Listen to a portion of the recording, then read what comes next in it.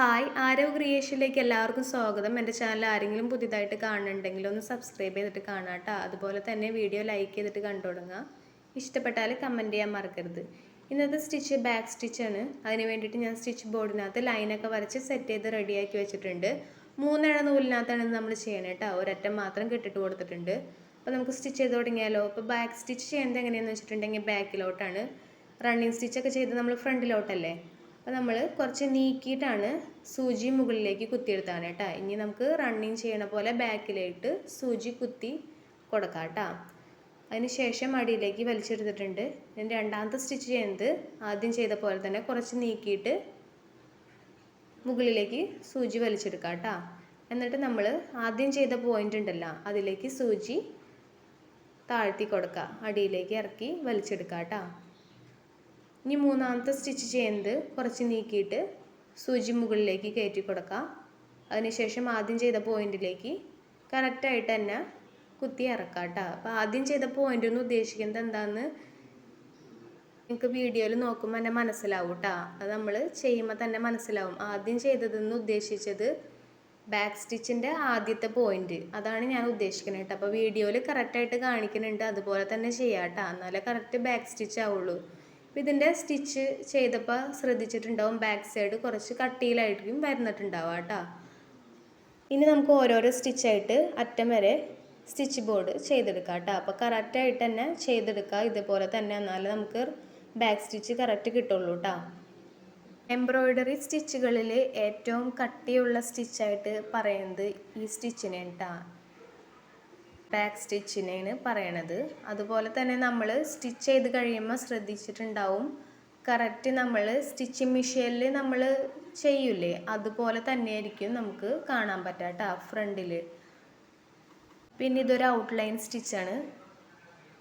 നമ്മൾ പുതിയതായിട്ട് എന്തെങ്കിലും ഡിസൈനൊക്കെ വരച്ച് ചെയ്യുമ്പോൾ ഔട്ട്ലൈനായിട്ട് കൊടുക്കാൻ വേണ്ടിയിട്ട് ഏറ്റവും നല്ല സ്റ്റിച്ചായിട്ട് ഇതിനെ പറയുന്നുണ്ട് കേട്ടോ. അപ്പോൾ ഫുള്ളായിട്ട് ചെയ്ത് കഴിഞ്ഞിട്ടുണ്ട്. ഇനി നമുക്ക് കെട്ടിട്ട് കൊടുക്കാം കേട്ടോ.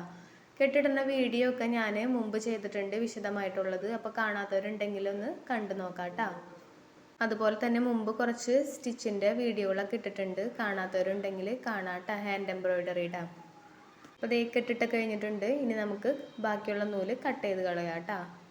ഇനി നമുക്ക് ഒരു മോട്ടീഫിനകത്ത് ചിത്രം വരച്ചിട്ട് എംബ്രോയ്ഡറി റിങ്ങിനകത്ത് സെറ്റ് ചെയ്തിട്ട് കാണാം കേട്ടോ. അപ്പോൾ ഇതേ ഞാനിവിടെ അതൊക്കെ റെഡിയാക്കി കറക്റ്റായിട്ട് ചെയ്ത് എടുത്തിട്ടുണ്ട്. ഇപ്പം ഞാനിവിടെ ഒരു റോസാപ്പൂവിൻ്റെ ചിത്രം കേട്ടോ വരച്ചിരിക്കുന്നത്. അപ്പോൾ ചിത്രം വരയ്ക്കാൻ അറിയാത്തവർക്ക് എങ്ങനെയാണ് ചിത്രം ഇതിലേക്ക് വരയ്ക്കണേന്നുള്ളത് വീഡിയോ ഞാൻ വിശദമായിട്ട് ചെയ്തിട്ടുണ്ട്, കാണാത്തവർ അതും കണ്ടു നോക്കാം കേട്ടോ. അപ്പം ഞാനിതിന് വേണ്ടിയിട്ട് റെഡ് കളർ നൂലാണ് എടുത്തിരിക്കുന്നത്. ബാക്ക് സ്റ്റിച്ച് ചെയ്യാൻ വേണ്ടിയിട്ട് കുറച്ച് നീക്കിയിട്ട് നമ്മൾ പോയിന്റിൽ നിന്നും കുറച്ച് നീക്കിയിട്ട് കുത്തിയെടുത്തിട്ടുണ്ട് അടിയിൽ നിന്നും മുകളിലേക്കിട്ട്. അപ്പം മനസ്സിലായെന്ന് വിചാരിക്കുന്നു. വീഡിയോയിൽ കറക്റ്റ് ഞാൻ കാണിക്കുന്നുണ്ട് കേട്ടോ. നമുക്ക് ആദ്യത്തെ പോയിന്റിലേക്ക് സൂചി ഇറക്കി കൊടുക്കാം കേട്ടോ. നമ്മൾ ആദ്യം റണ്ണിങ് ചെയ്തത് എങ്ങനെയാണോ ഫ്രണ്ടിലോട്ടാണ് ചെയ്തത്, അത് നമ്മൾ ബാക്കിലോട്ട് ചെയ്തെന്നുള്ളൂ കേട്ടോ. ഇനി രണ്ടാമത്തെ സ്റ്റിച്ച് വരുന്നത് ഇപ്പോൾ സൂചി അടിയിലാണല്ലോ ഇരിക്കുന്നത്, കുറച്ച് നീക്കിയിട്ട് ഫ്രണ്ടിലേക്ക് കുത്തിയെടുക്കുക. അതിനുശേഷം ആദ്യത്തെ പോയിന്റിലേക്ക് കുത്തി താഴേക്ക് ഇറക്കാം. അതുപോലെ നമുക്ക് എല്ലാവരും ചെയ്തെടുക്കാം കേട്ടോ.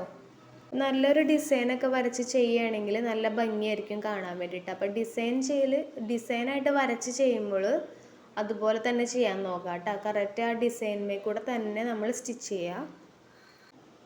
ഓരോരോ ഭാഗങ്ങളായിട്ട് ഇപ്പം ഞാനിതിൽ കാണിച്ചിട്ടുണ്ട് എതളുകളൊക്കെ സെപ്പറേറ്റ് ആയിട്ട് തന്നെ എതളുകൾ ചെയ്തെടുക്കാം കേട്ടോ. അപ്പോൾ ഇതിൻ്റെ ബാക്ക് സൈഡ് കണ്ടില്ലേ, കുറച്ച് കട്ടിയിലാണ് വന്നിരിക്കുന്നത്. നല്ല ഉറപ്പാണ് കേട്ടോ ഇത് കാണാനും. നമുക്ക് മുഴുവനായിട്ട് ചെയ്തെടുക്കാം കേട്ടോ. ഓരോരോ ഇതളുകളും സെപ്പറേറ്റ് ആയിട്ട് തുന്നിയെടുക്കാം കേട്ടോ. അപ്പം ഞാനിവിടെ റെഡ് കളറ് നൂല് വെച്ചിട്ട് ഇതളുകൾ റോസാപ്പൂവിൻ്റെ തുന്നിയെടുത്തിട്ടുണ്ട്. ഇനി ഗ്രീൻ കളർ നൂല് വെച്ചിട്ടാണ് ഇലകൾ തുന്നാൻ പോണേ കേട്ടോ. അപ്പോൾ ഇതേപോലെ തന്നെ സെയിം ആയിട്ട് തന്നെ 3 ഇഴ നൂല് മാത്രം എടുത്തിട്ടാണ് ഇലകളും ചെയ്തെടുക്കുന്നത്.